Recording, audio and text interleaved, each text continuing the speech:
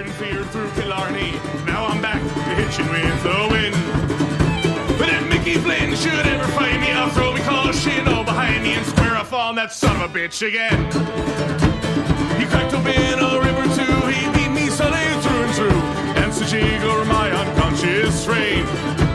I won me healthy sheriff fights, well lucky son still had me life since Mickey Flynn beat me dumb and lame.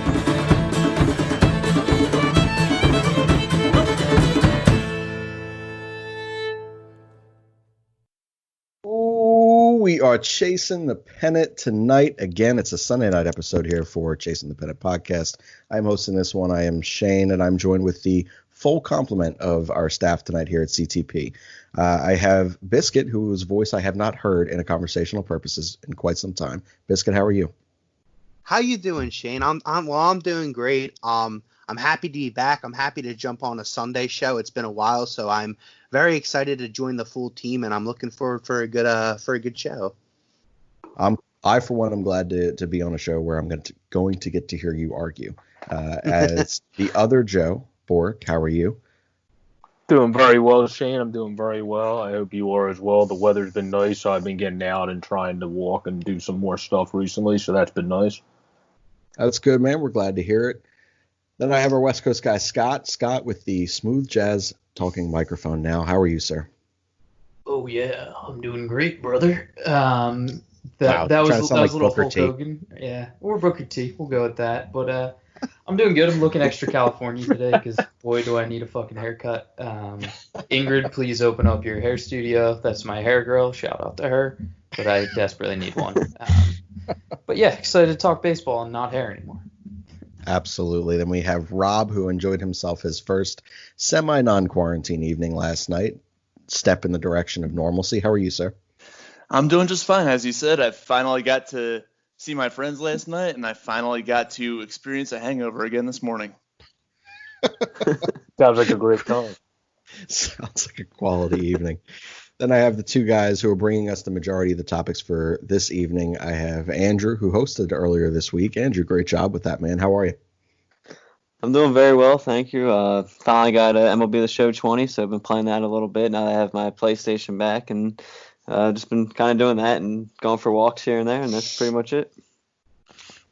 Then we have Sean. Sean, who for part of Thursday's show was a punching bag. For the other part, we joined forces a bit. We're going to tackle at least one of those topics again tonight and get the full complement of our CTP team's review of that. But Sean, how are you? Looking forward not to being the punching bag tonight. That's as good as I can be. That's awesome. Well, you did well, man. You did really well defending yourself and defending your points, as ridiculous as those points were. But you do have another topic for us tonight, man. So I'm going to shift this one directly over to you, and we'll get started right into that. Wow. Okay. So I forget exactly what day it was. I'm going to say it was either Wednesday or Thursday of this past week. The MLB posted on their Instagram a picture of, 10 pictures of some of the top duos among like different teams, and basically it was opening up the comments to say whoever you thought the best duo was. And these are duos that aren't on the same team. They're not, like oh my God, Acuna and who's the second? I don't know. Albies. Yeah, it's not like on the same team. It's among different teams, and it opened up some interesting discussion between some people I know and of course our entire podcast group chat. So I thought this would be the perfect thing to bring to the podcast. So without further ado, I announced the 10 duos that the MLB posted. Nolan Arenado with Christian Yelich, Cody Bellinger with Javier Baez, Bryce Harper and Freddie Freeman, Aaron Judge and Manny Machado, Mookie Betts and Matt Chapman, Pete Alonso and Vlad Guerrero Jr., Fernando Tatis Jr. and Juan Soto, Ronald Acuna and Mike Trout, Joey Gallo and Gleyber Torres, and last and certainly least, Lindor and Yadier Molina. That's a lot of hate. And I want to hear from all of you who you think is, some of the better ones, some of the worst ones on this list. So I'm going to throw this one over to Biscuit. Biscuit, if you would like to give us your top 3 duos that you thought from this list. Yeah, sounds good, Sean. To start it off, my first duo, both of these players, I basically, once I started getting into baseball, I watched a lot of these guys. One of them is now a Philadelphia Philly. However, we saw a lot of him in the National League East prior to that. My first duo is Bryce Harper and Freddie Freeman. Out of all of these wonderful duos, some might be wondering why I didn't go with probably the arguable best in Trout and Acuna. And it's simple. One is my pure love of watching lefties mash baseballs, and these two guys are two of the best at doing that. As I mentioned, we've been watching them for years now. I just love both of their swings, and they're both kind of different. I believe I mentioned it to you guys that I thought Freddie Freeman had a little bit more of a wild, violent swing. However, I had the pleasure of watching some baseball highlights of Freddie the other day, and I almost think while Bryce has that violent stroke where it looks like he's literally just like murdering through the baseball, Freddie has that kind of like shorter like hack swing, and it almost looks effortless going through the strike zone, but like it's still like he clobbers them too. Both of them are on base machines. I think different lineup strategies, what you could do with them in a lineup, they'd be a very formidable duo. And like I said, they're just so talented. Both, if obviously Harper hasn't really hit for average the last couple years, but both have the potential to do that. Both hit for power. I believe both have career on base percentages in the 380s. Like they are just really, really impressive offensive players. And I would love to see that on my team for many, many years to come. I think they're two of the best players in baseball.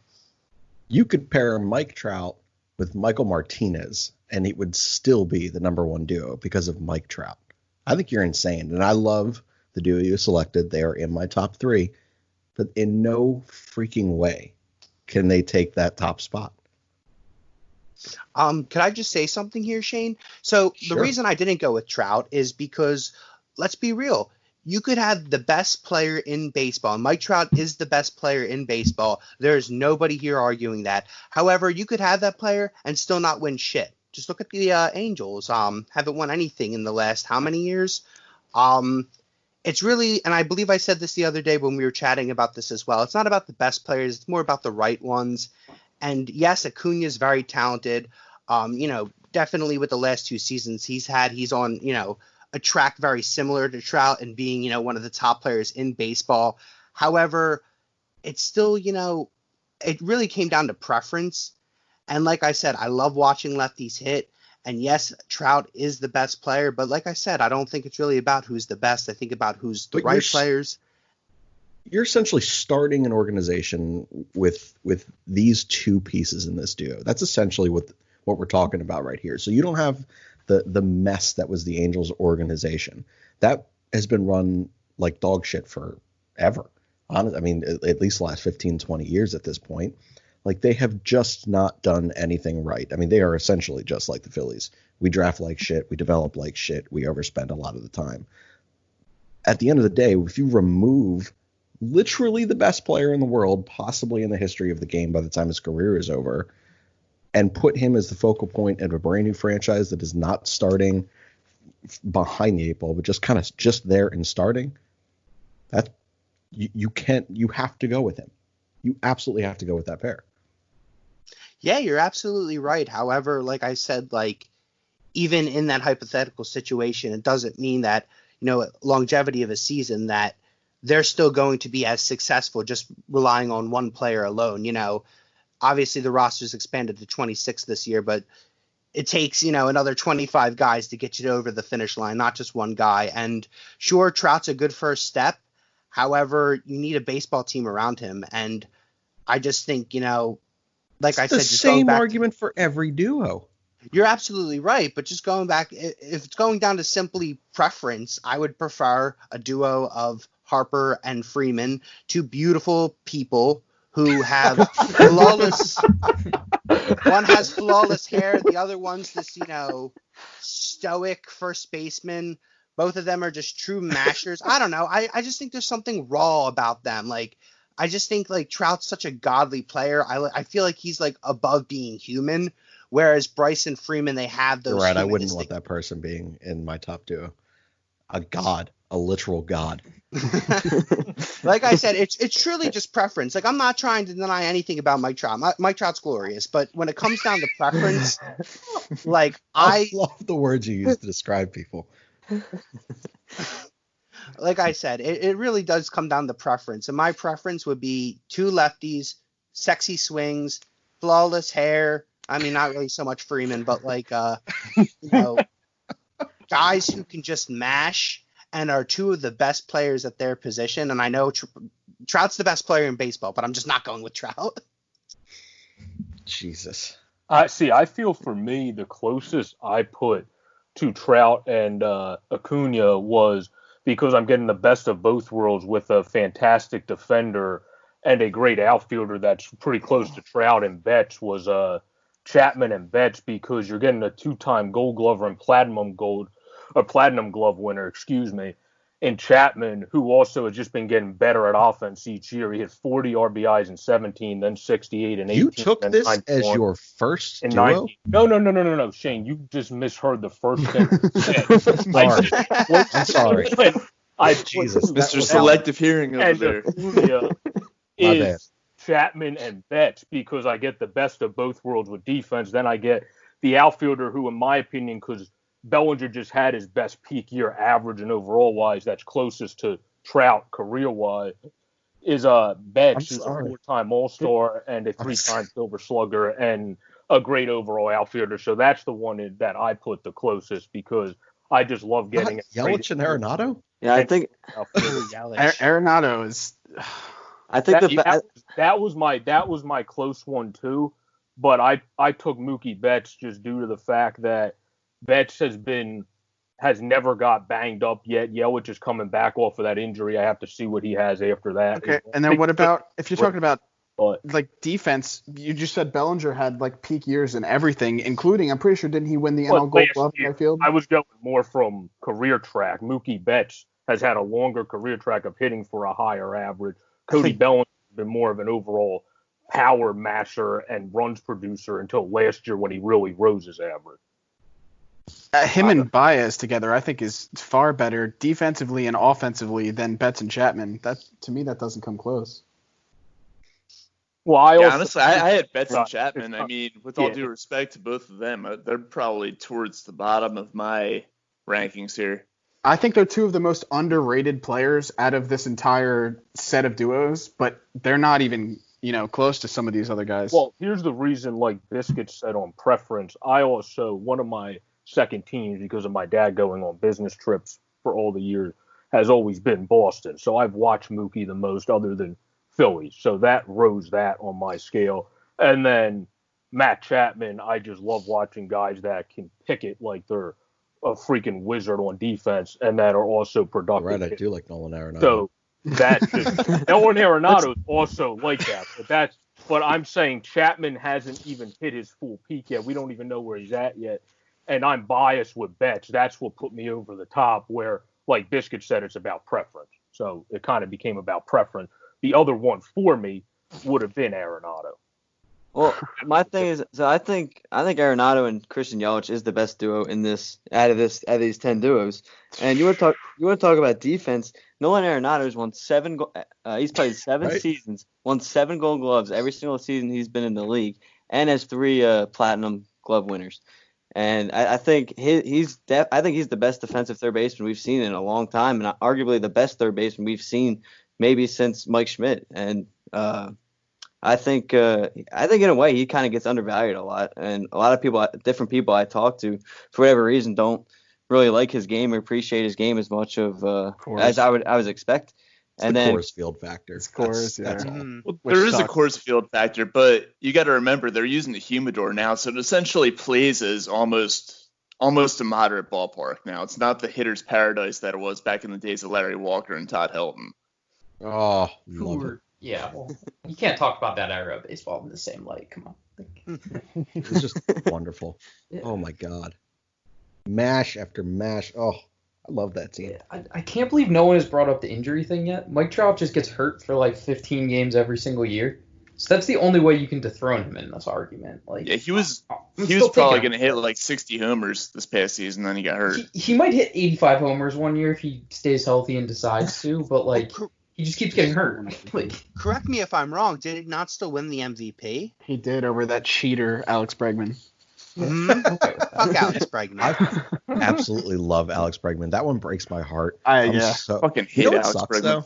That was such a bro. douche. And that's what makes me think, like, as a human, I fucking can't stand him. But watching him play baseball, I absolutely love. Like, he has such a punchable face and, like, voice and attitude. But fuck, I love watching the dude play baseball. And I'm very glad that no Astros were included in these duos so that we couldn't, you couldn't be biased against them for that reason. So, and yet we're still talking about them. I would have loved someone to pick one of them. Depending who was with Bregman, because I do still like him as a player, I might have potentially, depending who was with him. Oh, man. The only Astro I would go with if he is part of a duo would probably be George Springer.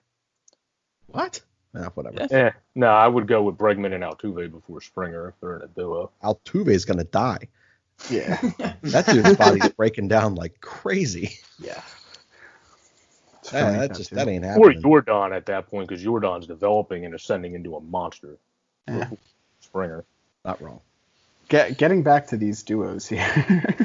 Go for it. I mean, I just want to hear some more opinions, because there are some that we haven't talked about that, deserve to be talked about. Like some guys like in the middle, like we talked about the guys at the bottom and the guys at the top. Like, I mean, where do you guys see two of the youngest stars in the game right now, Fernando Tatis Jr. and Juan Soto? I have them coming in third for me. Just be behind. I had to go with Trout, and Trout and Acuna is my number one, just because, as you guys alluded to, it is Mike Trout. And I had to go with Harper and Freeman as my number two, with a little bit of bias there because Harper's a Philly and because I've been a longtime fan of Freddie Freeman, even though he's a rival. But Rob gets it. That third spot. That third spot. I always get it. Biscuit speeding the truth.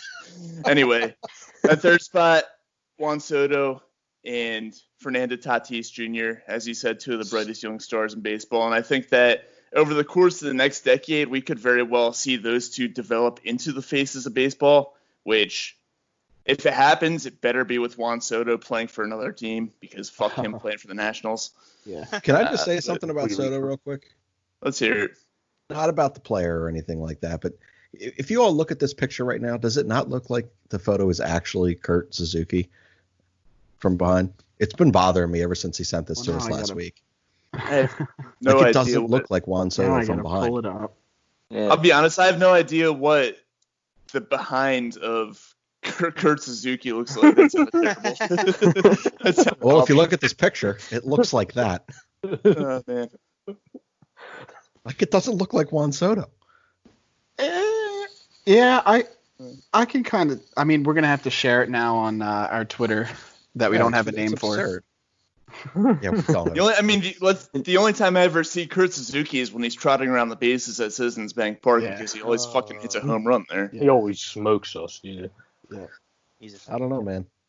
I would have picked him over Lindor and Yadier. Your hatred for Yachty is driving me everybody. Yachty. Why? I don't get it. He's a fake tough guy. Yeah, Rob's hitting it on the money. That stupid neck tattoo that automatically makes him a fake tough guy. And then what was it, a couple of years ago, he, like, I don't know, I think Cole Hamels hit him with a pitch or something like that, and then he, like, thought about charging the mound and decided not to. He's the only player in baseball more overrated than Derek Jeter, but that's a topic for another time. Ooh, that is that's a topic for another time. That's not a great take right there. Jeter's my boy. And also, Lindor's a beast. Lindor carries this already, and like Yachty, I'm irritated. I'm irritated that you guys don't. And that's we'll get to switching some stuff around in a little bit, but let's. I do have something that's going to beef up that team, and I want some opinions on it. But for now, continue on. I mean, for me personally, like as far as what Rob said, I had Tatis and Soto up there. There's no way I put them above Yelich and Arenado. And a very talked about duo in this entire thing is Bellinger and Baez, who I think deserves so much more respect than they're getting. I just think that they're both Bellinger's replaceable. swing so much. I do hate Bellinger's swing, and I hate he has high eyes, man. Like he's got that Mike Scott factor going on. Does no one else notice these things? So high eyes is in like the marijuana, or like as in like physically high on his face? Because I'm confused here. He does definitely the marijuana, as you just called it, which is ridiculous. Is that a story? No, that's something that like an old like 55-year-old dad would say. Be like, hey, young kids, you got any of that marijuana? But that is fair. Jesus. But I don't know. I feel like both of them are so replaceable. Like Baez is such a hole to his game. Like he's thrilling to watch. You just called an MVP replaceable. Like the current MVP. Yeah, I understand how it sounds, but look at his game collectively. Like that's like saying JT Realmuto is replaceable, Shane. I'll put it to you this way. It's much harder to replace a catcher. One's a catcher. Yelich is better than Cody Bellinger. Yes, I agree with that. Can we just take a minute? Christian Yelich from 2014 to 2017, when he started, becoming a full-time player in 2014 through 2017, had 55 career home runs. I think he was averaging maybe like 15 to 20 a season. And the last two seasons that were played in 2018 and 2019, I believe he had like 80 home runs combined between those two seasons. Like, where the hell did that power come from? He became, and then, like I said, Nolan Arenado and Christian Yelich are my number two to the whole duos thing. He just became. Yelich should have them in the right place. Well, yeah, because they're fucking awesome. Agreed. He was a good player, a solid major leaguer who anyone would take on their team to. He's on a Hall of Fame track now, and I just think that Yelich, of course he is. Like, look at the last 2 years and the numbers. He is. If he puts up 2 to 3 more years of what he's already put up, then absolutely. Oh God, yeah, dude. It's unreal. He's became literally an MVP overnight in one season. It's just unreal, and he's so talented. And like I said, it's the lefty thing. It's watching lefties hit. I just don't know what it is. It's just something about it gets me going. I do agree with that. As a lefty, I completely agree. I love. You know what it is? Yeah, I'm a left-handed hitter too. Oh yeah. Wait, hold on. How many people hit left-handed on this podcast? I'm teaching myself too, so I guess God, I've seen your swing. It looks like shit. You're right-handed bat. Lefty swings are sexier. There's something about a lefty in the box hitting, just mashing a baseball over right field. Crowd goes wild. Griffey. That's all you gotta say. Yeah, the kid. Gotta love it. And then short compact swings, like that definitely goes with Chase Utley. He had the best of those. Mm-hmm. Yeah. And that's what I was gonna say when you were talking about Freeman. When you said he had a short, like beautiful. Right, and his swing reminds me a lot of Chase Utley. Like it's the same. They kind of cut it like not a full follow through, and they just mash like doubles down the gaps, and like it's the same type of player. Very classic. Yes. Also, Freeman might be the only player in baseball left who actually chokes up on his bat with 2 strikes. Mm-hmm. I do it. Votto does too, I think. Votto's a beast. He's so funny. He is such an asshole. I just appreciate the assholiness that is Joey Votto. So before I get into the little wrinkle, one more I want you guys to touch on is the inclusion of Pete Alonso and Vlad Guerrero Jr. in this Bullshit. list. Pete Alonso is gonna suck, first of all, and Guerrero Jr. is just he'll be fine. He's not gonna be what everybody thinks. Why do you think Alonso's gonna suck? Once they unjuice the baseballs, you can subtract like 15 homers from his total. Total? I mean, I watched 35 a year?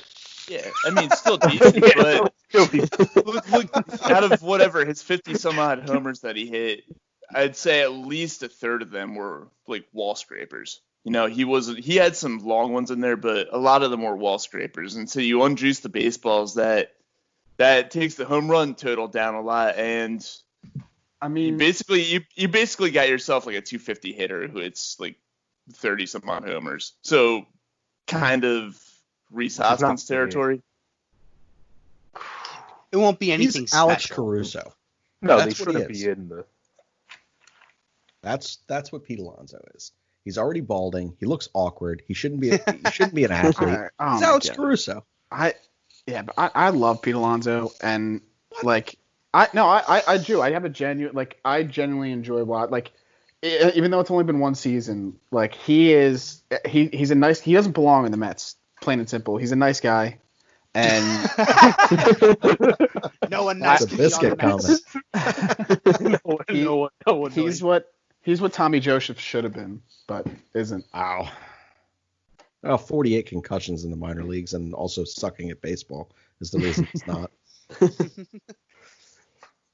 I think those concussions might have more to do with it than that might have to do with why he sucked.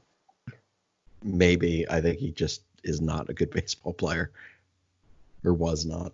Can't speak to him now. What's he doing over there and wherever he's at? Sean, you're the one who keeps an eye on He's these back people. in the He's majors, back you know? in Oh, that's right. He's a Giant now, isn't he? Yeah, that's Darren Ruff. it's Ruff. Ruff. No, that's It's Ruff. Darren Ruff. He's with the Red Sox. Yeah, he's Yeah. in the Red Sox system, Joseph.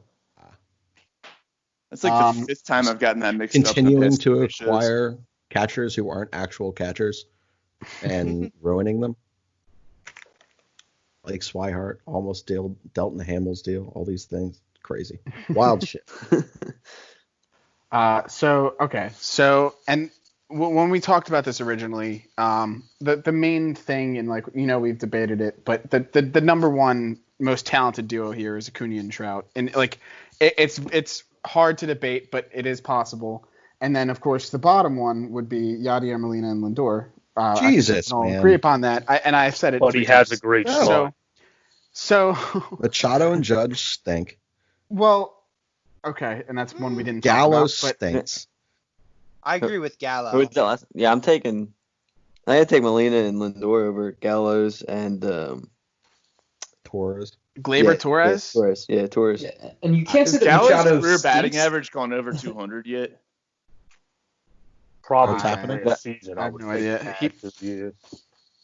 that, He just mashes baseballs when they're thrown down the middle. Pitcher makes a mistake, he doesn't miss it. But and Gleyber Torres, in my opinion, is one of the he's supremely talented. He gets kind of overlooked on that Yankees team. Like if you go back and look at his stats last year, you'll be surprised. They're a lot higher than you think they are. How many of those home runs were against Baltimore, though? All of them. Every single one of them were against Baltimore. But it doesn't. I mean, so you're that's still a major league. Right. But and here's my twist, and I'm glad you guys touched on specifically, Gleyber and Gallo right now because they're part of the twist. So keep the other 7 duos exactly the same, and that's Arenado, Yelich, Bellinger, Baez, Harper, Freeman, Judge, Machado, Betts, Chapman, Alonso, Vlad Jr., and Tatis Jr. with Soto. They stay the same. Swap Trout with Gleyber. So you have a team of Ronald Acuna Jr. with Gleyber Torres, and then Mike Trout with Joey Gallo, and take out Yadier Molina entirely and add Anthony Rendon with Lindor. Ooh. And tell me where they stack up. I'll leave this open to anybody. Really Lindor and pisses me Rendon off. is top 3. Oh, Lindor, absolutely. yeah, Oh, absolutely. absolutely. I mean, Anthony Rendon was the best player on a Nationals team that won the World Series last year. He's probably one of the top 5 players in baseball, in my opinion. You know what sucks about all this? I literally said that you could pair Mike Trout with Michael Martinez and he'd still be number 1, and I just said how much I hate Gallo and that he stinks. Exactly. So I have to double down on this. I have to say it's still Mike Trout and Gallo, but I'm pissed Above about it. Everybody. He is a bum. But Mike Trout's there to carry him for 135 games a year that he's healthy. Scott. I'm still taking Christian Yelich and Nolan Arenado. All right. Wait, is So that your one? who do you take second, Andrew? I'll take second. I'm going Lindor and Rendon, Okay. Damn right. Okay. and then third. Still Harper Freeman. I'll probably go. I think I'll go Trout, Gallo there, and then Harper, Freeman. Okay. I guess as somebody I view Torres much higher. I guess when I wrote all this out and I wrote in the twist, I had Acuna and Torres number 2 on my list behind Arenado and Yelich, because I just think the 40-40 of Acuna and the talent that Torres has, in my opinion, it's completely underrated, I think. I mean, I don't know. And then Lindor and Rendon, I really didn't have that high because Rendon had an MVP type season, but I don't know. I'll leave this up to you guys again. Well, if I was going with the potential guys, though, I would have rather gone with over Gleiber because if he can stay healthy, in just a short amount of time he played, Tatis already had 22 home runs and hit 317, and he showed he can be one of the most dynamic shortstops in baseball, and Soto has also shown he can turn into one of the most dynamic outfielders. If I wanted to go for huge peak potential in the future, I think I would pick that one over the one with Torres in it because I just like Tatis more than Torres as an overall infielder developing going forward. I like Torres, but I just think Tatis is one of my favorite guys. When you move Trout away from Acuna, you're saying that Tatis and Soto is your number one, like in this wrinkle? No. I'm just saying if I'm going with two guys like a Gleiber with more guys that are ascend with Acuna, I would rather pick a guy like Tatis because I think he's going to be as good as Soto, and then I have two mega stars rather than an Acuna with a Gleiber who I think is just going to be a very good player to a star player, not around where Tatis and Soto would be. That's interesting. That's a very interesting debate, pinning those two together. Acuna and Torres versus Tatis and Soto, because I feel like all four of them I think are going to be right up there in a few years as the faces of baseball. But yeah, I just think Tatis will be a little ahead of Gleiber. That's the only reason I put him ahead. Okay. Anybody else? Can we talk about Manny Machado for 2 minutes? Ah, shit. Manny would. So is Manny Machado the smartest baseball player ever who basically retired early and just collected, $300 million? Is that what we've all just decided for him? Because I completely disagree with that. I can't rank him in a top 10. I don't think he's one of the 10 best players in the majors right now. He moved to a city that's awesome where nobody cares about baseball. So good or bad, it doesn't matter. He's never going to win a championship. He's going to just keep collecting all of this money and just be very, very happy at a very young age. Is it the smartest sports move ever? I think it might be. Oh, yeah, it's up there. Yeah, he got exactly the contract that he wanted. Exactly. On a team that he doesn't have to impress and he doesn't have to run out ground balls. And, yeah. That really pisses me Gets to live in beautiful San Diego, too. Yeah. California taxes are pretty high. That might be the only negative here. But when you're making $300 million, I think you're okay with the high taxes. So. Yes. I don't know. I still like Manny Machado. I like him too, but it's just I still think there's a competitor in there. I don't even think he necessarily gave up. I think he obviously a big part of him signing with the Padres was obviously money. He got the contract he wanted. You're right. It's the place he kind of wanted. He doesn't need to be he can just kind of be relaxed and just play the game and, earn his pay. But at the same time, I think there is a little bit of a drive to him. I do think the Padres are an up-and-coming team. I think they have a lot of young talent. I could see them, once they're in a more competitive situation, him turning it on and going back to that MVP-like caliber we saw when he was with Baltimore before he got traded to the Dodgers. I still think there's a really good player in there. I originally wanted Manny Machado before, in the saga of free agency between him and Bryce Harper. I think he's dynamic. I think he's a stellar defensive third baseman. The power's there. He can hit for average. I just think last year is going to be 2019 is going to be an outlier for the rest of his career. I still think he'll put up ridiculous numbers in the future. I hope so. But I don't know. I just feel like the fact that the guy signed a $300 million contract and no one is even considering him as one of the top players or a reason to pick a duo is just very interesting at this point. Well, I just think he just had a down year. If Bryce didn't get hot in the second half, I'm sure his numbers would be around the same to Machado's. And I think we would be having that conversation here too. Is Bryce worth the $330 million that he got? Is he just checked out now? he got his big paycheck. But obviously the Philadelphia fan base and the San Diego Padres fan bases are two completely different things. It's a much more intense atmosphere in Philadelphia. However, if, the situations were different and Machado had the second half like Harper did, I think it would just be a different argument. Like I said, I just think there's more to this guy than even some of the shit he said towards the end of the 2018 season heading into that free agency period. I just get the feeling that Machado doesn't really love the game of baseball. Like he's just I do too. Really good at it.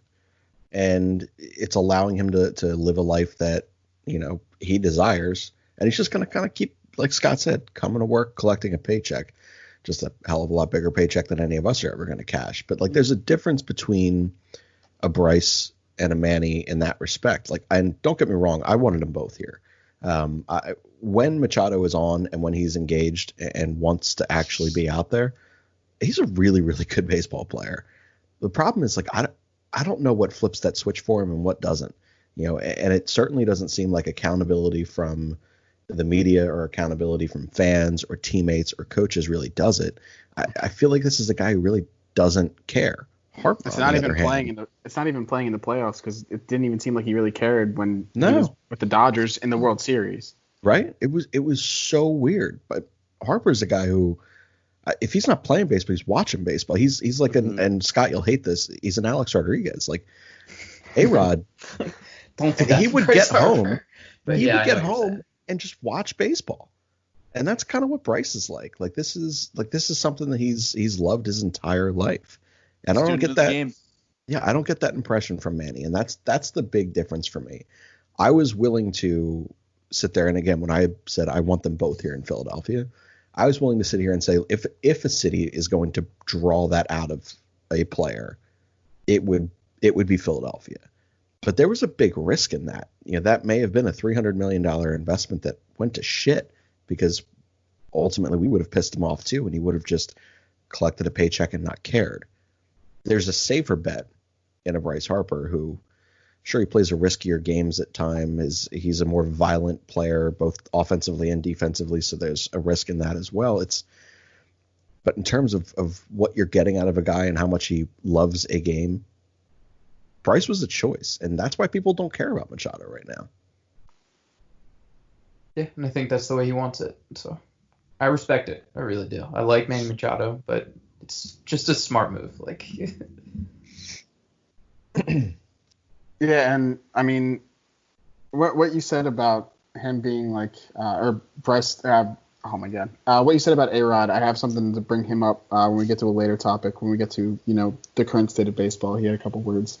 But I agree. I think, like, Machado's he was at one point looked at as a transcendent player. One of the, looked like people thought he could be the face of baseball at some point, and it feels like he dropped off. I agreed with Biscuit when I think you tweeted it out today, Biscuit, that at some point you wanted him over Bryce, and I agreed with you. The second the 2018 season ended, I was like, give me Manny, like screw Bryce. And as time went on, like, I mean, obviously I wanted both, as Shane said, but as time went on, I started to realize, like, the more that Machado was in the media and the more that Bryce was in the media and the more I really looked at highlights and started to really think about what the Phillies need, Bryce was the guy. Bryce became the all-important person that you needed, and it became to a point where I wasn't even paying attention to Manny. Like, even when he signed, I really wasn't thinking about it. I wanted Bryce. And I think last season proved it perfectly. Bryce has proven that he wants to be here. He wants to win. He wants to do exactly what this team needs to get a championship. And Manny's just kind of over there, like you said, collecting his paychecks. Bryce did talk about some interesting things this week. So we're going to shift into that. So whilst playing some ridiculous game, he agreed with Snell's comments and then got a little bit of backlash from some people.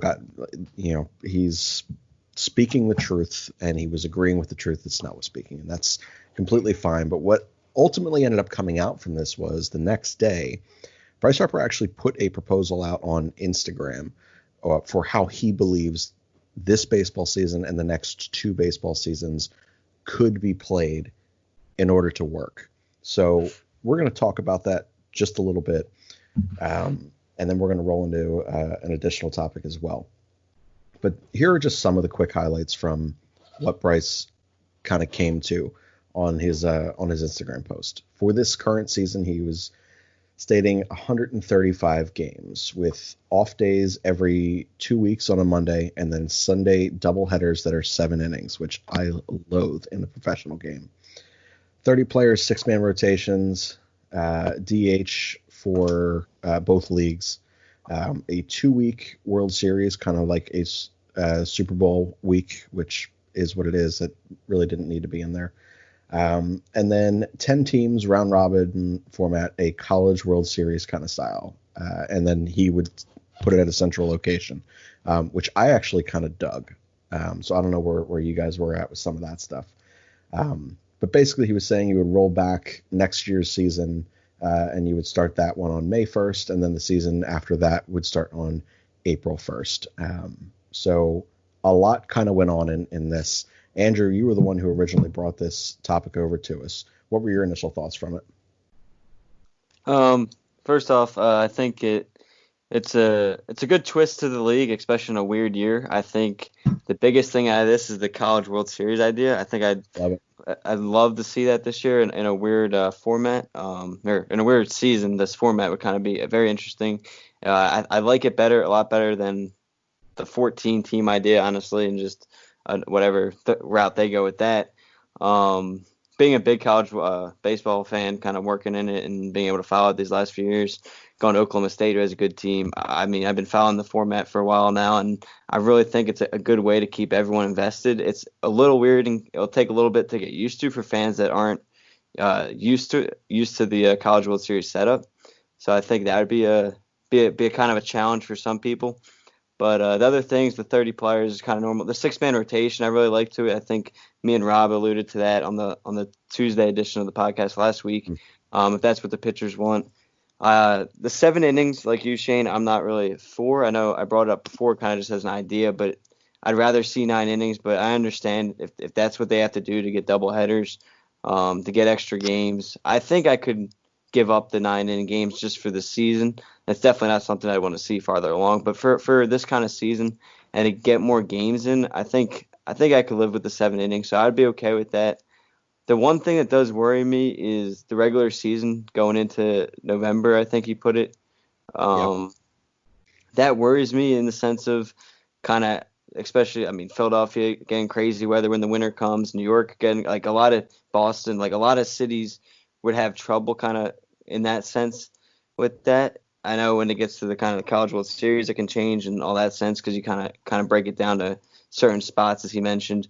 So I think that's one of the biggest concerns out of this.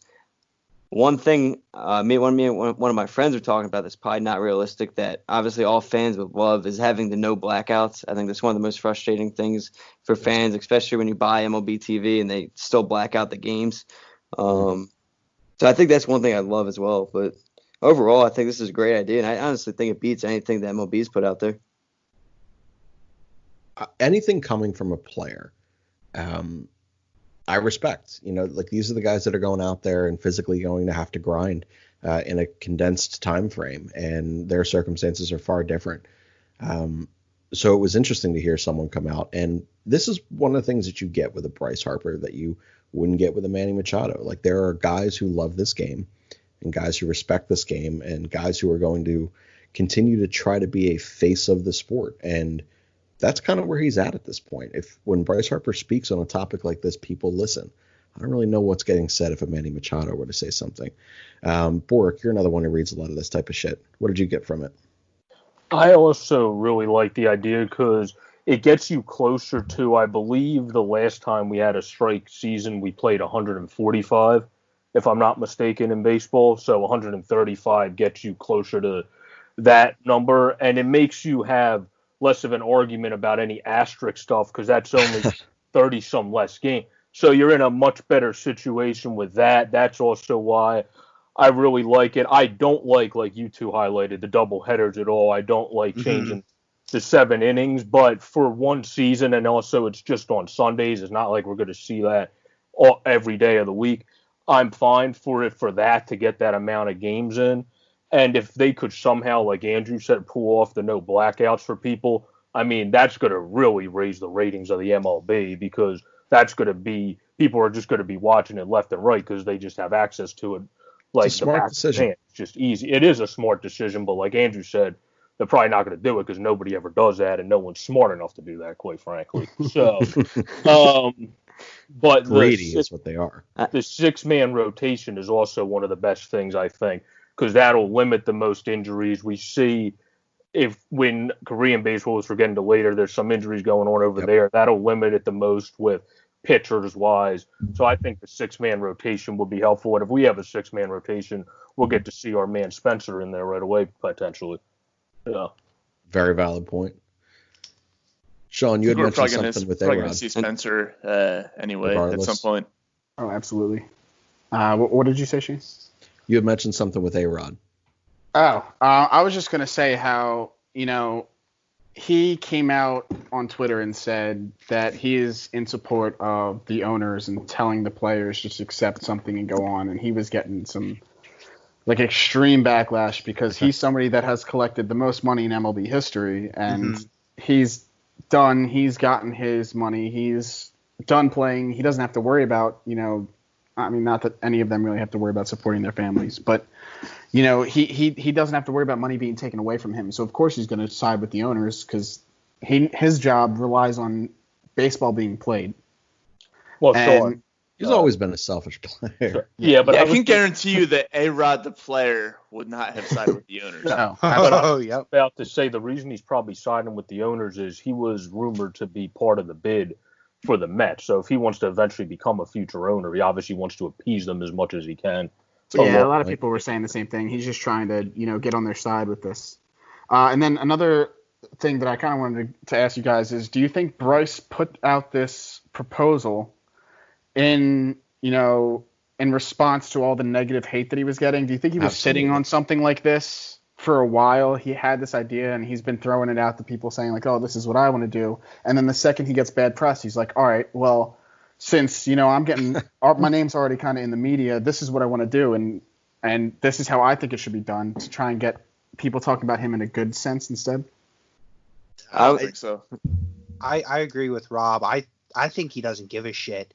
He said what he said. I think he meant what he said with agreeing with Blake Snell. And I just think this was his, he was like sitting on the toilet and all this stuff came to his mind and he was like, I'm just going to, what did he put it on his Instagram? Like, look, he's not someone who's like people still adore Bryce Harper. It's not like he said something that.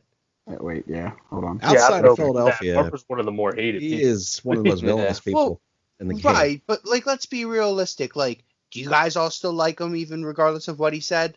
Like, did anyone like biased? Oh yeah, but that's Philly. That's Shane's point. I apologize. I meant Philly based. Like, people still adore Bryce Harper in this city. Like, a lot of the hate-filled comments I've seen on him via Facebook have are a lot of like, and I hate using this phrase, but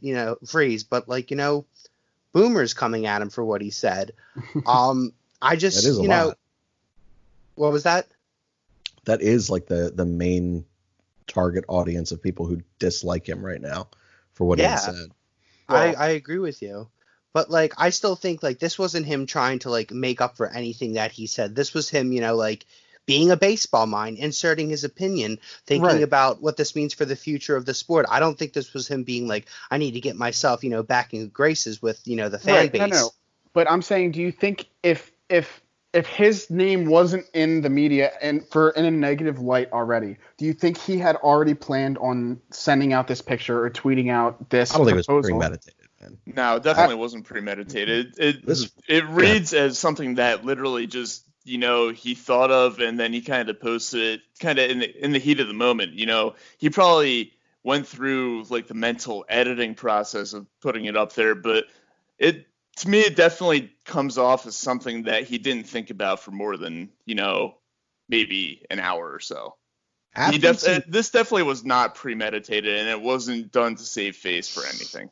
Especially because he closed it by saying, maybe I'm crazy, just fun to think about and throw around ideas with like that goofy emoji. That makes me think emoticons. Like you thought Rob. I agree. great idea. I agree with you guys, but that's regardless of the point I'm making. I agree with Rob that means he was kind of just threw it together, but it was a great idea he had in his head, and he wanted to put it down and get it out to people before he lost some of the idea he had in his head. But on the reference to Biscuit with the boomers, I agree. Looking at Facebook, it's mostly boomers that tend to come at Bryce Harper. So to that, all I have to do is say that's the limit. What Nick Wright says every morning on First Things First. Old people be lying sometimes. Jesus Christ. Listen, the thing with superstars and with athletes and anyone that's a social figure at this point is, unfortunately, they have to at some point apologize for things said in honesty, because it's going to get misconstrued a million different ways, and they don't have the freedom that you or I have, even just talking to our podcast audience, of having an opinion. Like, they can't emotionally respond to something because they have to worry about how it's going to be critiqued. Now, I agree, Bryce Harper, I don't really think he gives too much of a shit. However, there is a PR agent. There are, his agent and representation there. There is him, just the player. You do at some point still have to protect your image to some degree. So I do believe that something like this was then put out after, his agreement with, or his agreements with Snell and all those comments has come out, and he gets kind of that negative backlash, and people, as everyone has said, elderly people at this point, because we've reached our limit on the other bullshit word. But then you have to come out and say something. At this point, the attention's there. He's a guy who loves the spotlight regardless, whether it's good or bad. It's at a certain point, but it was still responsible for him, the player, and for him, the star athlete and face of sports in Philadelphia and all of baseball to some degree, to come out and make this kind of a statement. So yeah, Sean, to bring it all the way back, I do think this was in response to the backlash that he had received the night before. I just think that with the amount of money that he's making, a guy who's making a little bit less money would be kind of quicker to walk back on something or to try to get back in the good graces of people. When you're making $300 million and your future is all set monetarily, I just think that the whole element of giving a shit about that kind of goes out the window. I guess that's fair to some degree. Well, I think the big thing here with it being Harper is, like we already alluded to, with how much hate he does get around the league. I think basically on a lot of things he does, it's already a loose situation for him because of that hate. Like, if I was reading some of the comments on this post that he put out, and people were hating on him, they were like making fun of him for playing 135 games when he could have played 82 games or whatever. And honestly, I saw more backlash for Harper on the wording choice he used with quoting or quote what he said was man up, or Snell was one of the guys that was able to man up, and a lot of people started hating him on him for using the term man up instead of I guess this world. I guess like tough person up. What? Person up. Fuck that. But so I think in this situation for Harper, I think he was just doing it to kind of put it out there. I don't think it was in a specific response to what happened, because again, with Harper, he gets a lot of hate as it is. And I think it was the issue that came out of this and the Snell comments were more on how they came about it and like how they said everything rather than the actual or the actual points they were making. Because I think a lot of people do agree with the points that Snell made. It was more the way he came across that really kind of put this in a negative whole twist. Yeah, I think that's really fair. So kind of a general media question that comes off of this. Everyone in sports has to be aware of how powerful every little thing they say right now is, right? Like, there's not a chance that, like, Bryce Harper and his agent, like, didn't think that everyone in the country would be talking about this for, like, a couple days right after he said it, right? Like, there's no way any of them are that naive anymore. Oh, absolutely. Yeah. So I'm just trying to think, like, a couple steps ahead on it is, like, I think baseball is notoriously just, like, the worst at marketing any kind of media, and they're playing checkers, everyone else is playing chess. But, like, I think even then, like, Bryce Harper and his agent, like, sat down because they have 24 hours a day now to do just that. And he was like, all right, well, you need to come up with something cool, like, say something lighthearted, use an emoji at the end because kids love emojis, and then just, like, throw this out there. Like, I'm pretty confident that's what happened with this. That might be exactly it, honestly. Yeah, because he doesn't use emojis. There's no fucking way. Like. Yeah, I think the only time he used an emoticon was with the Reese Hoskins thing last year's or 2 years ago's Instagram post, which is ridiculous that I remember that. Photographic memory. But, something like that. I mean, that's a fair point. Just to me, I feel like Bryce Harper's too much of a no bullshit kind of person to really care about backtracking on something that he said that really wasn't, that out of line. Or to me, it wasn't out of line at all. I don't think it was out of line at all either. I just think that, as Scott said, every little thing that is said and the way it's being said and how it's being perceived, everything has so much power at this point. And things are going to get twisted. And no matter what you say, everything's a take. And you're going to split an audience, especially if you were a guy like Bryce Harper. So it was just one of those things. Yeah, and sorry, real quick, going off of that and what Scott said was, I was talking to my brother. My brother brought up a good point too, and I mean, everyone's, and obviously I'm one of them, kind of making fun of Snell for what he said and how he said it and everything, and kind of the same thing with Harper. But when you look at it, like, they weren't in a formal interview or anything, or like in front of a podium. They were just playing online on Twitch.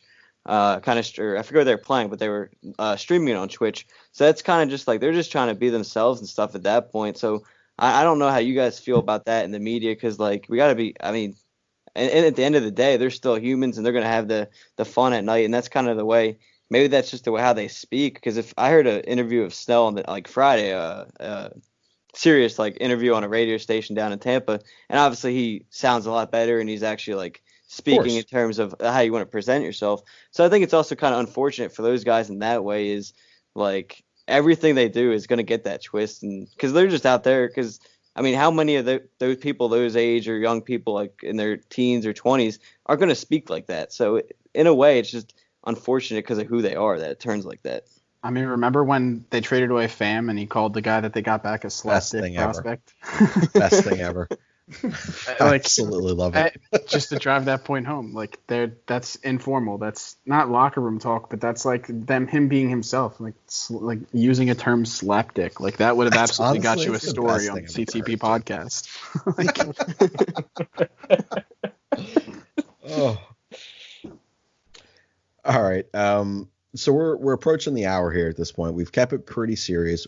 We did have one more serious topic. We're going to save it for, I think, next Sunday, just to keep this thing moving along. We do all want to get to The Last Dance. And if you're not watching The Last Dance, you're doing something wrong in your life. You should all be watching The Last Dance.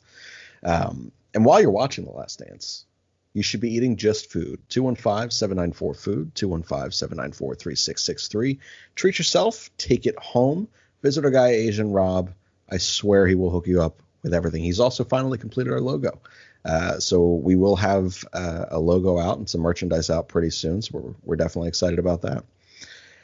But it's a Sunday night pod. We do try to keep Sunday night pods with a full team pretty light. We hope that so far it was at least conversationally interesting. We're going to move over to some of the lighter side of who we are as a team, some baseball stuff, some non-baseball stuff. First, we're going to do a new one called Spot the Lie. We're going to hear 3 truths from everyone and 1 lie, and we have to guess which one is the lie.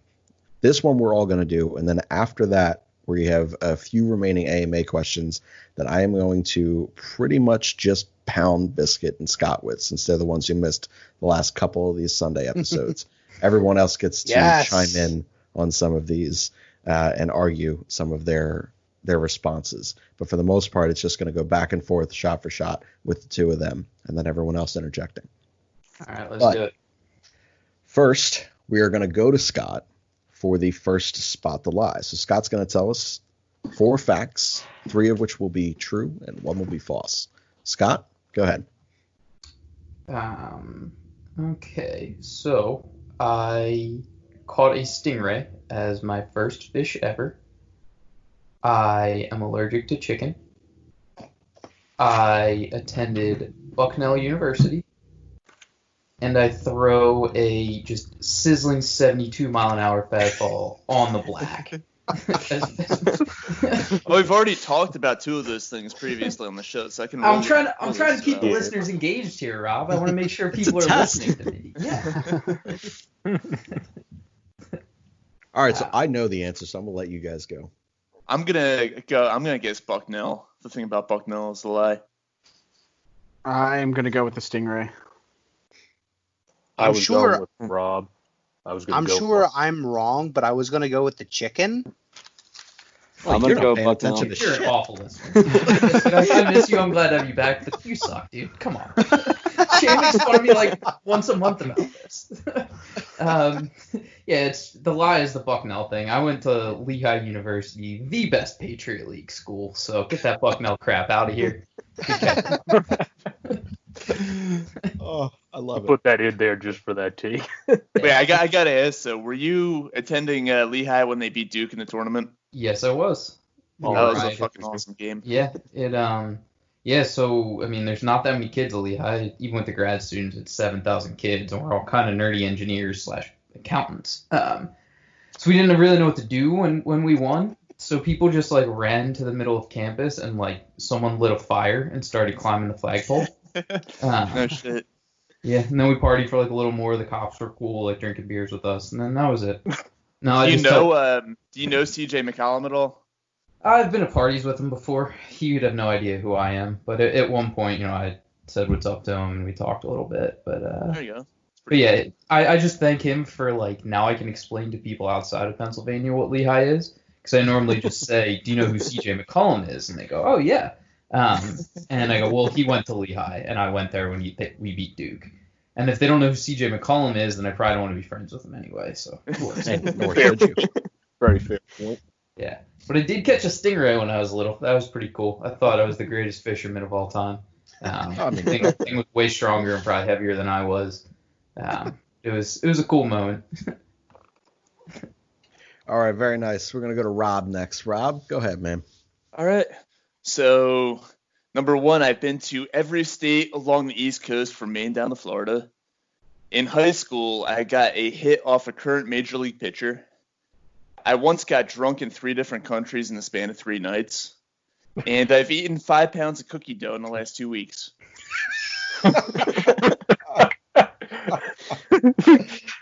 Oh, I feel like the last one's honestly true since you talked about your love of cookie dough many times. I'm gonna Yeah, go I mean- hit off the major leaguer. Okay. The rest of you guys, you wanna take your stab here? I'm gonna go with the cookie dough because you said on the last pod that we were together on, I think it was last Sunday, that you ate 1.5 pounds, and you said there was more, but I don't think you said 5 pounds. So I'm gonna go with that one. But just like you were it. trying to throw us off. Yeah, but maybe Rob was just trying to throw us off on last week's podcast. Since, Why would you lie maybe back he doesn't then? know how much 5 pounds is. Oh, it's quarantine, so it's probably how much is junk. I is was full going to at this go point. with the major leaguer thing, too. Has everybody? Go ahead. I've not guessed, but I think I'm going to travel to every state on the East Coast. Yeah, I agree with Andrew again. That's where I'm going. TJ is one of us guys. TJ. And Shane, did you get your guess in? 5 countries in 3 nights or whatever the hell it was. Getting drunk in 3 different countries in 3 nights. That. All right, so I have been to every state along the East Coast from Maine down to Florida. I got a hit off of Jesse Biddle when he's pitching for Germantown Academy. Oh shit. And I had a double off of him. This is one out of only 2 hits that we got against him in that game, and we lost like 22-1. To be fair, GA is just To be fair, yeah. Yeah, and that was just weeks before he got drafted by the Phillies too. And I got drunk in Germany, Belgium, and the Netherlands in a span of 3 nights. Sean is right. I have only eaten 3.5 pounds of cookie dough. Oh my god. What an asshole. He pulls out a weight difference. I knew it. All right, Rob, nice work, man. I'm going to go to Boric next. Go ahead. Well, it's funny you got a hit off of Jesse Biddle because my first one is I played in the same Mount Airy baseball league that Jesse Biddle once played in. I've been to both Camden Yards and Fenway Park. I've gotten to experience the many great sights of Glacier National Park in Montana, and I've been to the Grand Ole Opry while visiting the Music City of Nashville. This is a tough one. I'm gonna you don't go really with see like a Grand Ole Opry kind of guy. We already established I'm We a country established he likes music kind country. of guy. We established that was completely wrong. It's the Glacier National Park one, I think. That's my guess. That's my guess as well, the park. I feel like you haven't. I feel like because you just talked about that your dad goes for business trips or whatever to Boston, and that's your second team. I feel like I remember you saying at one point that you have not been to Fenway. So I'm going to go with that one. Did anyone not guess? I think I know the answer, so I was just gonna stay out. Yeah. So everyone guessed. I mean, hit me Go with ahead. Glacier National Park. Let's move on. Yeah, I think that's it, but I'm confused Nah, here. mine's I threw Rob off the scent a little bit. It is the Opry. So I was right. Nice. Yeah. Nice. Well done. All right, Sean, we're going to go over to you, sir. Me? Okay, I got some fun ones. All right, so in high school, I was voted both most likely to survive a zombie apocalypse and most changed in the yearbook. I've won the most improved player award in Little League, high school, and college club baseball. The last 3 Christmases consecutively I've spent in Cancun, Punta Cana, and the Bahamas. And I tore my MCL while skiing during spring break in 2019. No way that you sucked 3 different times in your life to come back for that award or got hurt 3 different times. It's that one. You did not win 3 times most improved player. I agree with that. Shane. Yeah, I agree with that. I agree. Gotta be that. I'm going with the That would be a weird one. I'm going with the knee injury. MCLs, sir? Yeah. Okay. Anybody else? No. Rob Everybody? didn't listen Okay. to your first podcast. Well, no, we talked about that. I think it was after the pod. Well, Yeah, at least that I was not- remembered it. Yeah. So you're all wrong. I was voted both of those things in high school. I did win most improved. This was when I was 10 or 11. I was terrible one year. The next year, I was like the second best hitter in the league, and that was the same year that the Phillies won the World Series. I think it was that season kind of. I wanted to practice to be as good as them.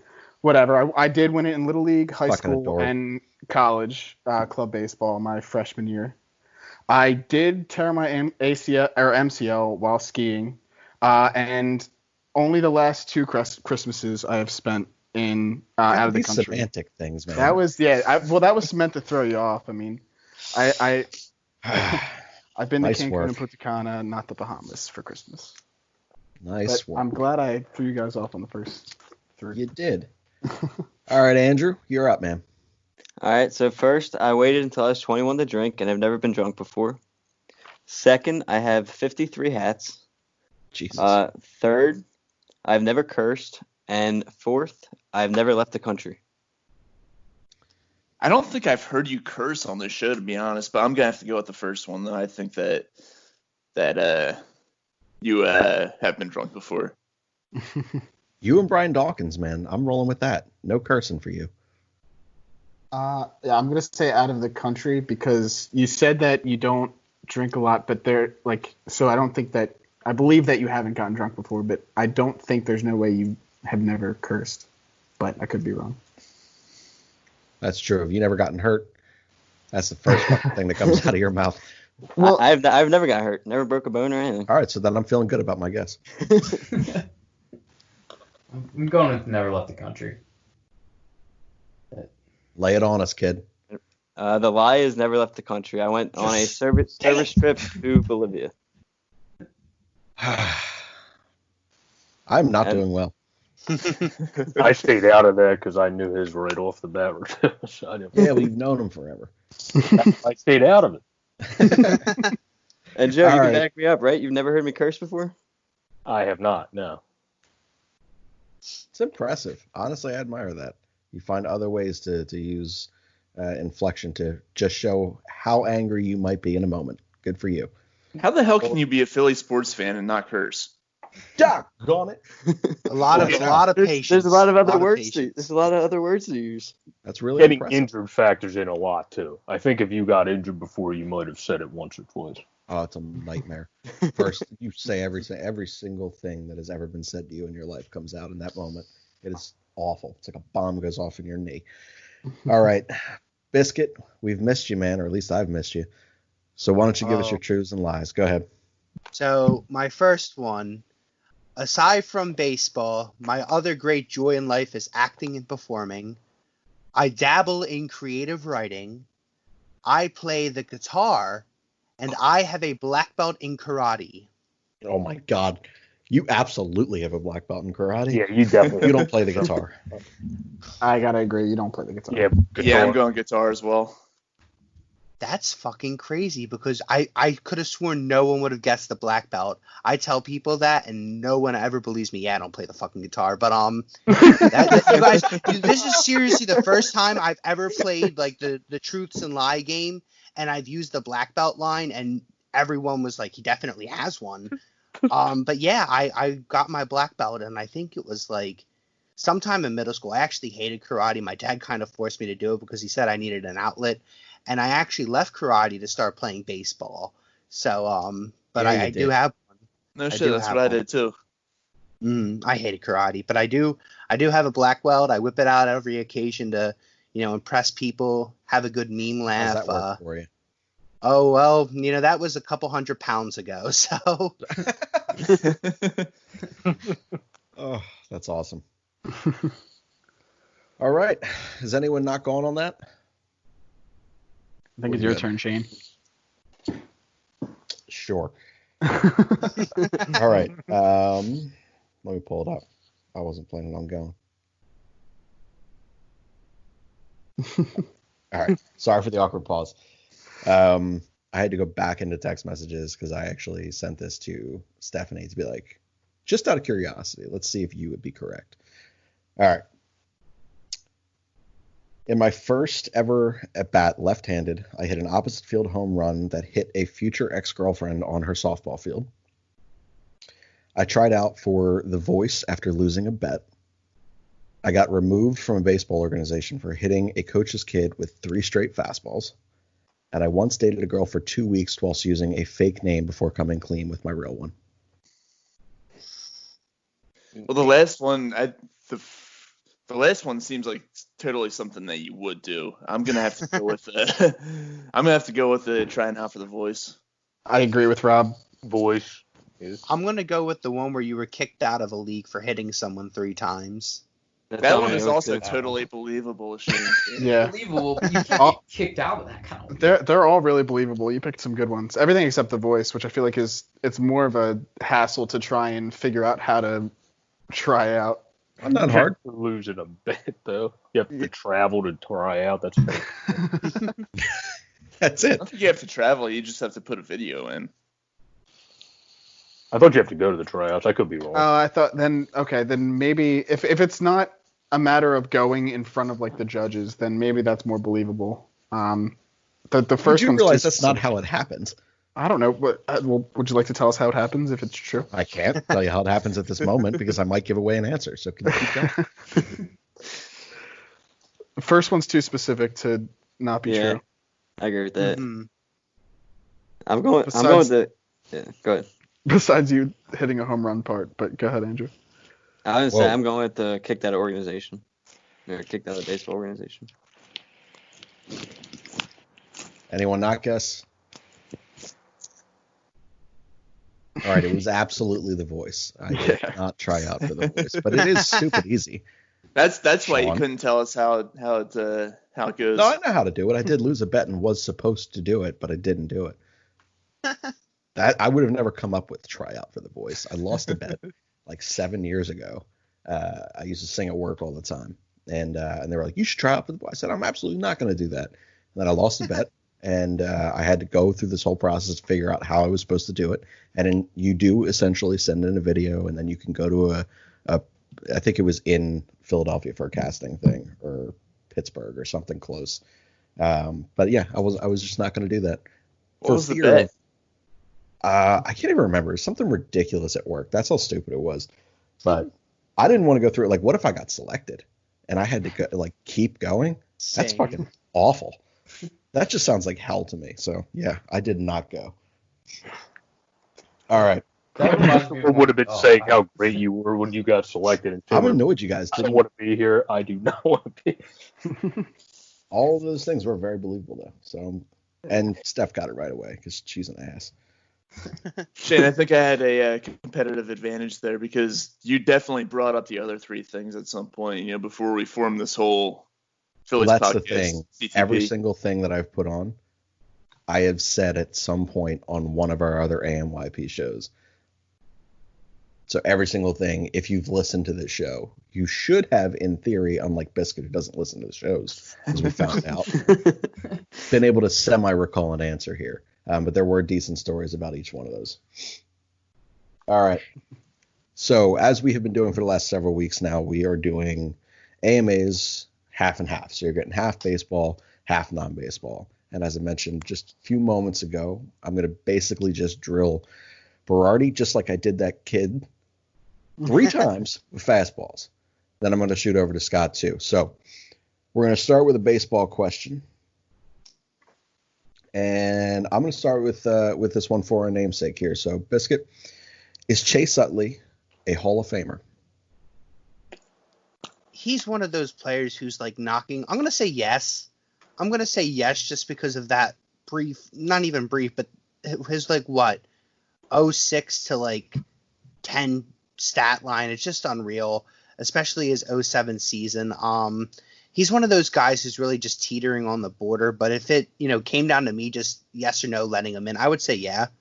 I think he's a great second baseman. Definitely the best in franchise history, one of the best. And in terms of, modern day or recent second basemen, he's definitely up there. So I would say yeah. Second base is such an interesting position that I feel like his window is just strong enough that that 4.5, 5 years, it was nearly unmatched. Oh, yeah.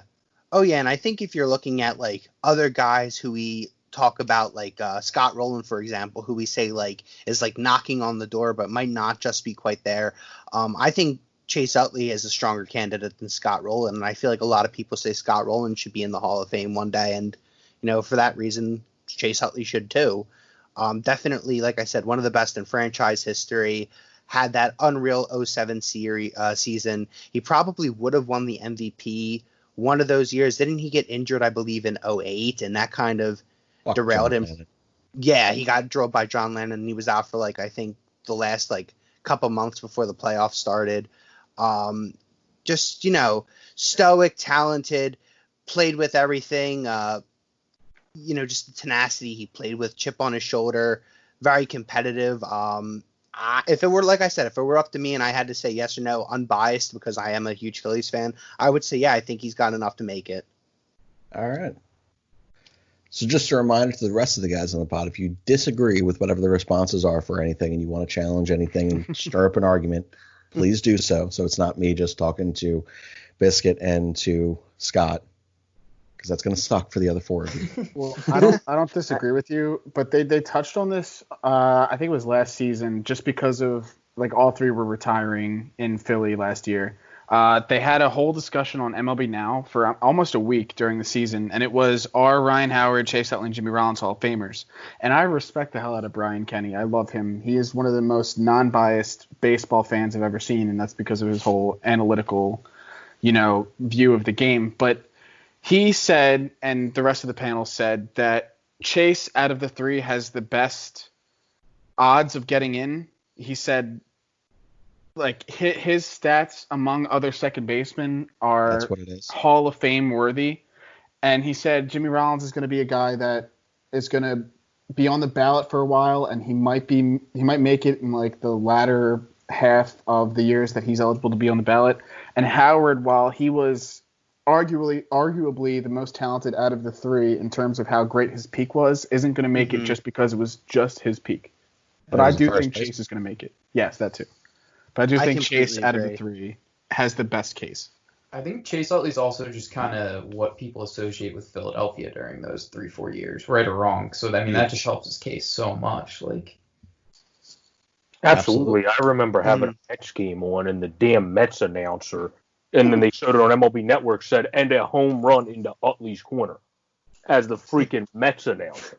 That's when you know you made. That's what it was called. Oh, I know, but that's when you know you made a staple as a player, kicking the ass of the rival for all those years. And that's one of the best things to do to make yourself a staple in Philadelphia, not to mention being an MVP candidate, like Biscuit said, especially if you didn't get injured in 08. Mm-hmm. I think, unfortunately, I think he's going to be on the outside looking in. I think out of the big three as well, I think Jimmy Rollins has the best chance to get in. Yeah, I go Jimmy as well. Jimmy Rollins has the hits to prove it. He passes Mike Schmidt in that sense. He gets an MVP award. He was the leader of that team from that playoff era. I mean, he was always outspoken. The way he played on the field led the team. If he wasn't on, the team wasn't on. When he would lead off the games with whatever, a solid play, hit, or whatever, you could tell it really energized the team. I think Jimmy Rollins' accolades he has beats Utley's, and the way he played defense as well. I think out of those three, Rollins would have the edge. And then I also think, sorry, go ahead. As I say, I just agree with you. I love all three of those guys, and Chase Utley, I've said numerous times, my favorite Philly of all time. But Rollins, a couple things going in his favor: the longevity. He made his debut at the end of the 2000 season, and he played. What was it? 2015 was his last season with the Phillies, I believe. So he was there for a long ass time. The all-time hits leader for one of the most storied franchises, although not exactly a winning franchise, but one of the oldest franchises in all of baseball. All-time hits leader, the MVP award, the Gold Gloves. Being a huge part of that World Series winning team. I love all three, but if I had to pick one to go to Cooperstown, it's got to be Jimmy. Well, why not both? Yeah, I think I honestly think both will eventually get in there. I think Howard will unfortunately be the odd man out. Yeah. Who's taking aspirin right now? It's me, guys. I'm taking my medicine. I'm sorry. No worries. I recognize a pill sound.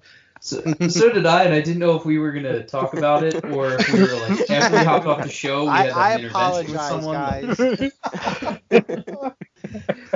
Listen, awesome. Like, we love you, Biscuit, but you can't just be like ripping Vicodin while we're recording, right?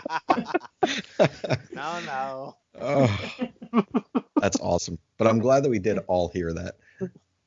All right, Scott, your question. Hypothetically speaking, say all major sports cities that have multiple sports teams in their city. So your New York's, your LA's, your Philadelphia, almost everywhere, honestly, has one in all all core four sports, or at least three. Hypothetically speaking, your city has to make a decision about financially what is worth it if you have to keep only baseball and get rid of all the other sports, or keep all of the other sports and get rid of just baseball. What are you choosing? I mean, in Philadelphia, you have to get rid of baseball, I think. Just because the Eagles and the Sixers... We're now podcasts of six. Yeah. I mean, sorry. My God. It's just okay. How you're being honest. It was incorrect, but that's fine. It's absolutely correct. I mean, the Eagles are a bigger part of the city, and I feel like it would be missed more if they were gone. Not a popular thing to say on a baseball podcast, but yeah. Plus, we get the Flyers in there too, which I guess are okay. I don't really care about it, but Whoa. You realize that your beloved 76ers are the only of the four teams that didn't start off in Philadelphia?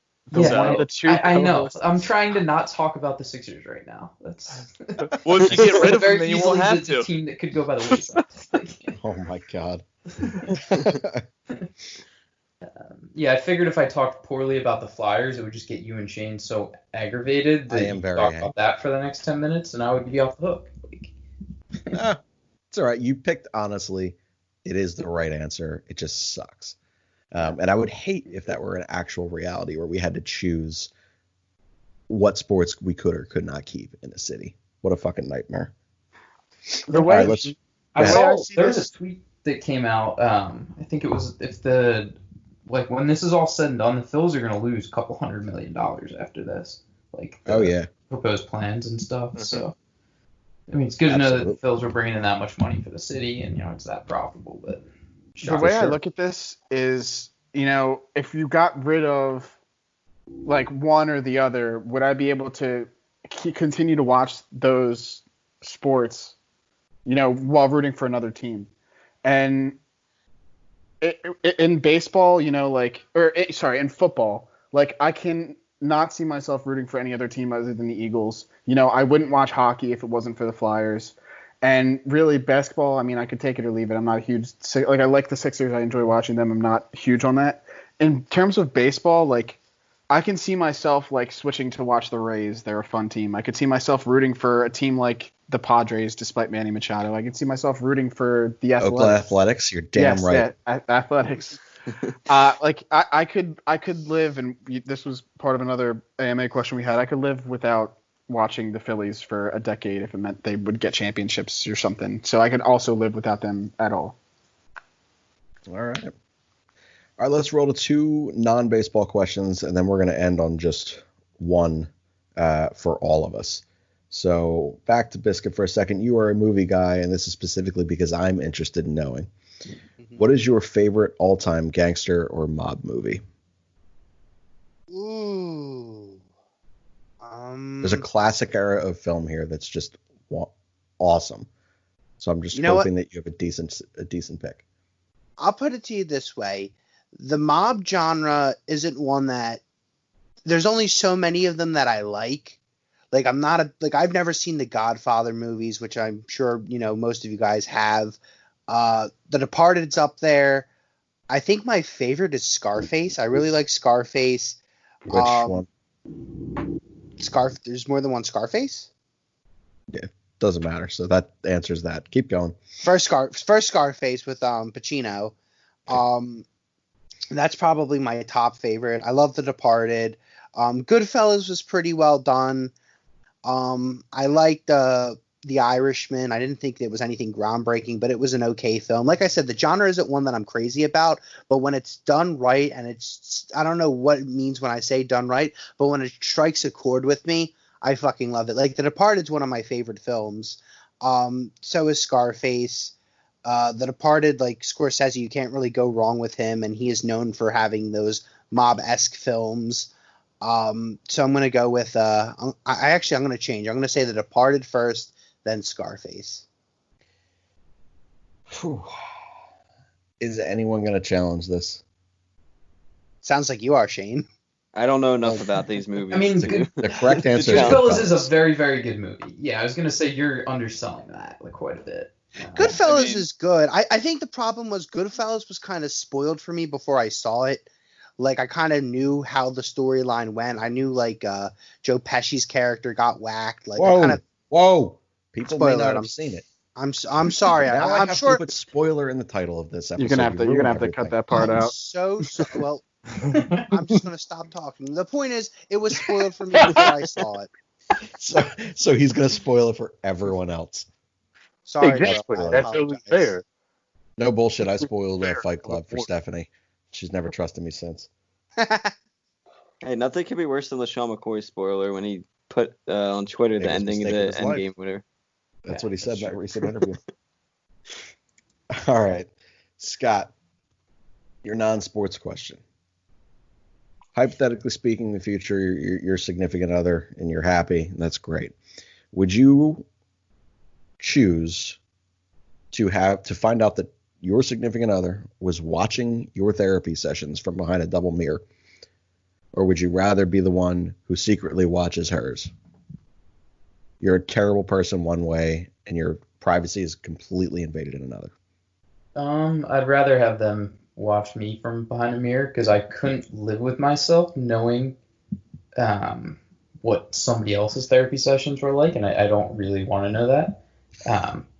I'm trying to be a little bit more open, and if people ask me questions, I usually answer them. So this might just be a good way for my future significant other to just get inside my head without like blatantly asking me, what are you thinking right now? Because I don't respond well to that. I normally just say nothing. And, because that's usually what it is. It is usually what it is, right? Like my head is just empty for most of the day, but like once in a while, there's a crazy thought about like a sandwich in there or 76ers basketball or Bryce Harper. Like, like that's about it. Yeah, I'm a simple guy. Like, I love question, though. Yeah. So someone had asked me that before, and I said the same thing you said, because I would never be able to live with myself. I'd be like, man, like I would fucking hate that. But then we started getting into a debate about like, man, what if you figured it out that you were being watched? Would you set up your partner by saying certain things? And I was like, yeah, I fucking think I would. I'd be pretty pissed off to know that someone's invading my privacy in that particular way. And then that turned me into a bad guy too. So it was weird. What a weird conversational topic that ended up being at work. Oh, I would definitely be doing bits midway through it. Like as soon as I figured it out, like it would be. It would be. Man, I've always wanted to be a woman. Humor. Yeah. Crazy. Like, damnedest thing. All right. So we're gonna go with since we're hitting that 90-minute mark now. So we're gonna go with one question for everyone. Everyone's going to give their first round pick here. So it's game night for the CTP crew, right? Significant others that we know about are included. All right. So anyone that we've heard the names of so far, they're included. You're a captain and you get first round pick, first pick overall. Who in this group or our significant others are you taking? Biscuit, we're going to start with you. For baseball? No, for a game night. Oh, game night? So my partner in game night? Yep. Ooh. Who's all? Probably you, Shane. Okay. Depending on the game, but yeah, probably you. I feel like you're somebody who could, be a man of many talents depending on the game. Like, if it's like trivia or Pictionary, I feel like you'd be robust in different subject matters. Okay. All right, Bork. Who are you going with as a first pick? Any of us and any of our significant others? I feel like I recall Andrew tell me at times they play games with their family at times, so I would go with you because I think you would be good with a game night. You're also pretty good with trivia. So if we got to that, I would go with you for that because I didn't play as many games growing up other than when I was really young, so you would definitely be very helpful on some of that aspect. All right, I like it. And on that, we'll go to Andrew. Andrew, who would you select? I think I'm gonna go with. That's tough. I'm gonna go with Scott. You two are, man. We always agree on everything. I just feel like that's what I was gonna say. Is I'll that's interject dumb. here and just say because me and Andrew are just partners. That's just what happens. Exactly. Like, but when you both don't know an answer. You both don't know an answer. That's the thing, though. We just agree on everything. We'll be able to find a way to kind of just get the right answer out of each other, and we'll just win whatever game it is. I don't know when it happened, but it just did. Like you two are idiots. I would never select someone that thinks so similar to me. I would have to find someone that thinks vastly different, so we could cover all grounds. They just. I mean, they are probably the two smartest on this show, but still, that's a terrible life decision. All right. I'm going to go over to Rob. Rob, who would you select? I'd probably go with, I can't even talk right now. I would have to. That last beer is really hitting you, huh? Apparently so, yeah. Anyway, now that I can finally talk, I'm going with Sean. The guy measures how much milk he puts in a cereal. He's got a scientific mind, so I feel like that could be beneficial to a game night. Oh, my God. That's the best argument I've heard. Wow. Oh, that's awesome. All right, Sean, who would you go with, man? I'm actually pretty. I'm surprised somebody actually said my name, and I'm going against because it sounds like Shane wants some of us to say a significant other, but I'm not going to do that. I'm pretty pissed at Andrew because I was also going to say Scott. It feels like he would be the smartest going into some sort of game night. Scott, what position did you get in our family's game night out of curiosity? Whew. We were down near the bottom. It was me and our cousin Patrick. Arguably the two smartest in our family somehow ended up at the bottom. He's getting his PhD in jazz saxophone right now, and we underperformed like crazy. So yeah, because Scott was gonna be mine because he is legitimately the smartest guy I know. But I saw him in action. Yeah. Sean, you're not in a good way here. That's not good for you, man. The thing that sucks is I'm awesome at bar trivia. I don't think I was drinking enough during the family one. Like that's really what it has to be. Like honestly, I think that's fair. Yeah. Do you want to change yours after I called you out on the dumbassery of picking someone who thinks exactly like you? And Andrew, or you stick him? I'm still taking Andrew. I am surprised to hear my like wild card was going to be taking Joe Boric, but as soon as he said he didn't play a lot of games growing up, I was out on that. Just seemed sneaky where he would be like, oh yeah, I'm like a world champion Monopoly player or something like that. I could have seen that coming up, so like he might know all like the tricks or whatever. But as soon as he lacked the experience, I'm going back with Andrew. We're taking down game night. You're taking down game night. Well, I am going with Boric because he reads so much random shit on Twitter. He just gets something for everything. I just feel like at certain points some shit's just going to hit Boric's brain, and it's just going to, whatever the hell that movie is with Brad whatever, that's basically going to be him. It's just going to trigger it, and that's it. You said I had a photographic memory. I think you got one, sir. I would take Boric, 100%. I'm glad none of us took any partners. I actually only put that in there because I just wanted to see if Biscuit was going to say his lady, and now it's clear how you feel about her. I wouldn't take her for a game. I wouldn't take her for a game. No big deal. I came in last place with mine, so I already know that was a fucking nightmare. Right. Well, goddamn, it looks like I got something to prove now. Next time, if we ever game night, nobody picked me. Oh, you can pair up with Steph. Rob, if it's any constellation, you were my second choice. You were mine too, Rob. Second place is the first loser. Come on. Okay, then you were my third choice. Oh, nice. See? You're a kind eye, man. Nice to feel wanted. All right, guys. So ordinarily we have a longer AMA section. We do have a ton of AMA questions left from the last couple weeks, but we went a little longer on some of the baseball topics, which is pretty cool. That's a rarity for us here on Sunday nights, so we kind of rolled with it. But next week we'll be back with another show that's about half and half baseball topics, and then some AMA stuff and some other just kind of fun things, spot the lies and things like that. Hopefully some good baseball news. Yeah. Oh, that would be lovely, right? I'm going to be ecstatic. It's going to be the greatest open of this show that we have, provided I'm here. Otherwise, I may not even be here. I may just be running around naked in the neighborhood or something. Like just ecstatic. But that's going to pretty much wrap this one up for CTP. Reminder, if you like our intro outro music, they are the Jackdolls. Continue to support them. They really appreciate it. Their views have gone up exponentially, and we would like to take some credit for that. You guys are awesome for continuing to listen. They do constant Facebook live shows, Instagram live shows. Shockingly, they don't have a Twitter. I keep meaning to ask them about that. But it's www.jackdolls.com if you want to buy their merchandise. And then it is patreon.com/thejackdolls.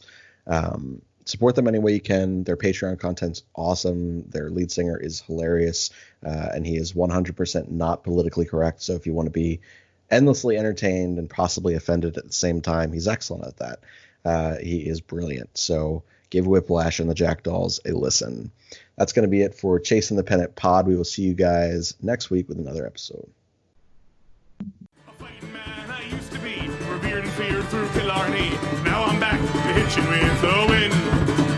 But if Mickey Flynn should ever find me, I'll throw me call shin all behind me and square off on that son of a bitch again. He cracked open a river too, he beat me Sunday through and through, and such over my unconscious frame. I won me healthy sheriff fights, well lucky son, still have me life since Mickey Flynn beat me dumb and lame.